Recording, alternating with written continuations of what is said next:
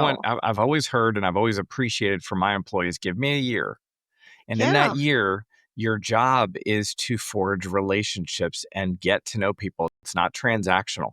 It's also your peer group. about making relationships at the top because one of the other things you said there is you developed a relationship with that executive's admin or chief of staff or executive assistant who then now she or he views you as, oh, I'm Right. going to let him know the next time, Joe's available. And I might even put in a positive word for you too, right? I might want to have this conversation, or I'll find time on his calendar or her calendar because I like you. So I'm going to give you that extra opportunity. So, So there's two things that come up for me when you say that about the follow-up piece and about how to get them to like you, right? So be vulnerable, be vulnerable and also appreciative. right. So if you do end up with an admin gatekeeper or a chief of staff gatekeeper, you can also work that relationship and you can Yeah, thank them for said meeting with a cup of coffee a week later.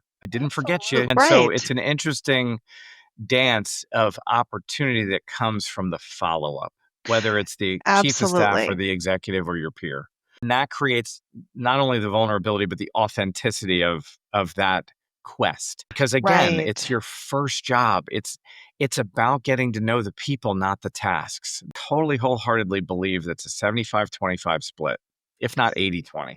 I agree with you. And I like what you said there too, because, one of the other things that we talk about is, take on those cross functional projects, right? Get involved in other things that provide you with the opportunity to make those relationships and don't get hung up on titles because oftentimes we get too hung up on, oh, well, that person's a manager, a director, a senior director, a VP, a C suite, whatever, and sometimes you might miss that the most influential person is the person without a title. So important to really understand and to develop those relationships across the board because you never know when that person without the title might be the most influential person to help you with what you need in the future. And the best way to recognize them is through the gratitude of their support and lifting them. And the way you can do Absolutely. that also comes from don't watch the clock. You're not an 8 to Yes. 5er in the real world. I don't care what anyone says. If your shift is 8 to 5, you're there from 7:45 to 5:30 maybe.